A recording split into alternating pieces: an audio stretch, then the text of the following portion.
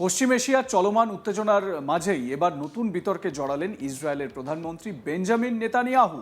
Social মিডিয়ায় তার একটি ভিডিও ঘিরে তুমুল আলোচনা শুরু হয়েছে, কারণ একদিকে সেই ভিডিওটি শেয়ার করা হয়েছে তার জানে শেষ হওয়ার গুজব উড়িয়ে দেওয়ার জন্য, আবার অন্যদিকে অনেকেই দাবি করছেন ভিডিওটি নাকি আসল নয়, বরং কৃত্রিম বুদ্ধিমত্তা বা এআই দিয়ে তৈরি করা একটি ডিপফেক।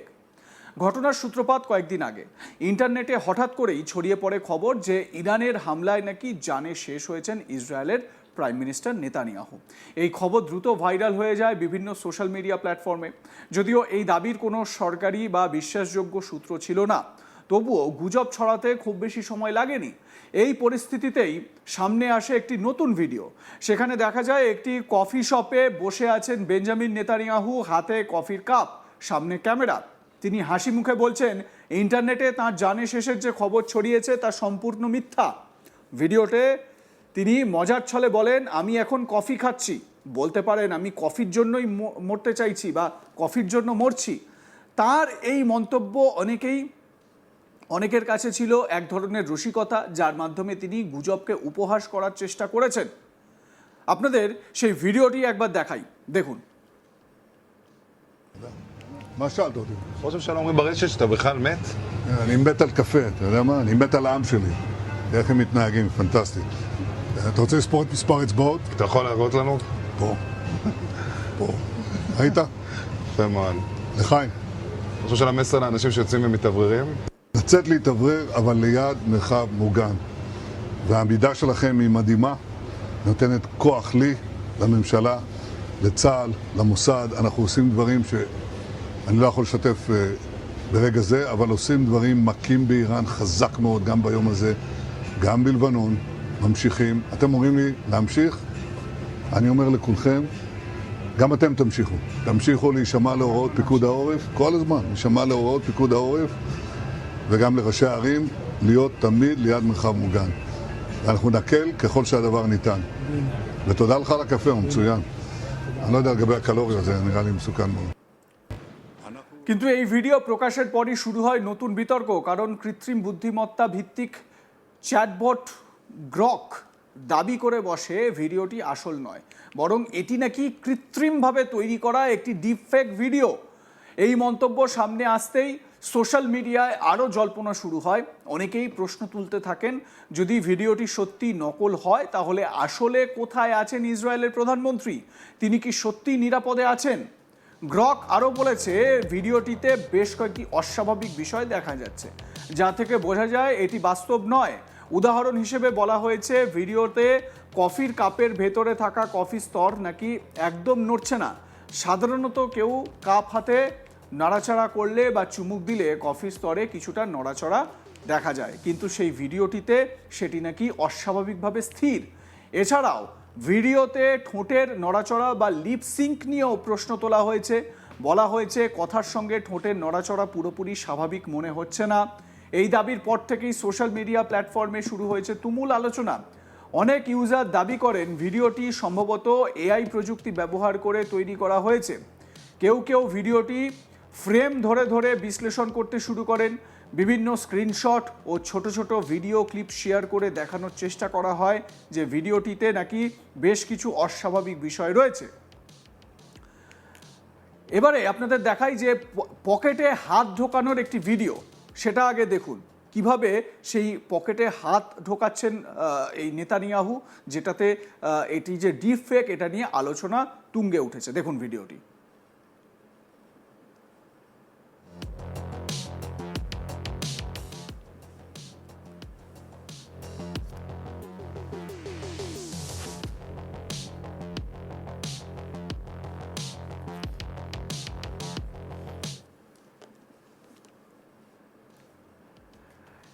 এই বিতর্কে যোগ দেন আমেরিকান রাজনৈতিক কর্মী জ্যাকসন হিঙ্কল।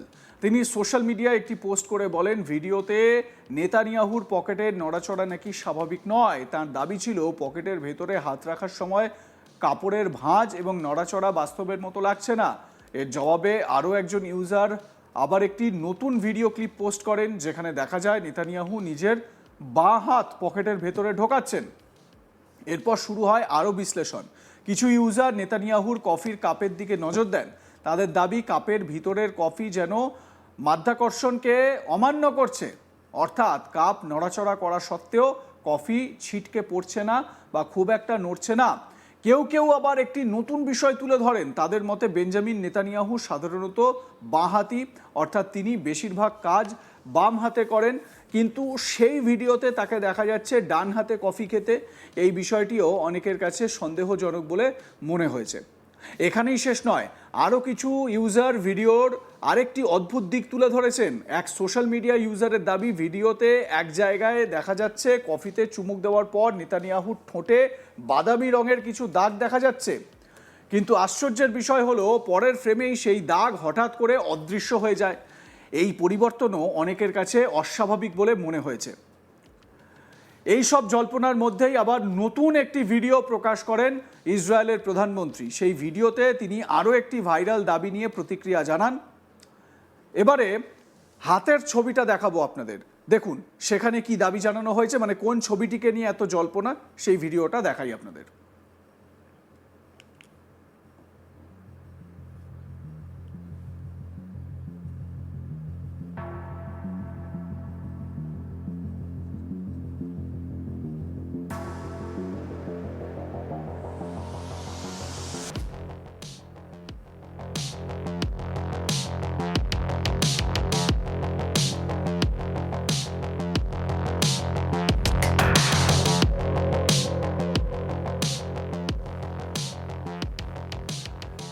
এর আগে সোশ্যাল মিডিয়ায় একটি ভিডিও ভাইরাল হয়েছিল যেখানে দাবি করা হয়েছিল নেতানিয়াহুর হাতে নাকি 6টি আঙুল দেখা যাচ্ছে।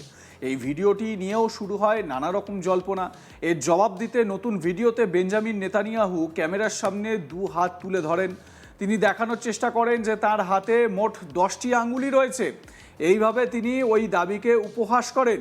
তবে এখানেও বিতর্ক থামেনি। কিছু ব্যবহারকারী আবার দাবি করেন ভিডিওর একটি ফ্রেমে নাকি আঙুলের দ্বিগুণ ছায়া বা ডাবল সেট দেখা যাচ্ছে।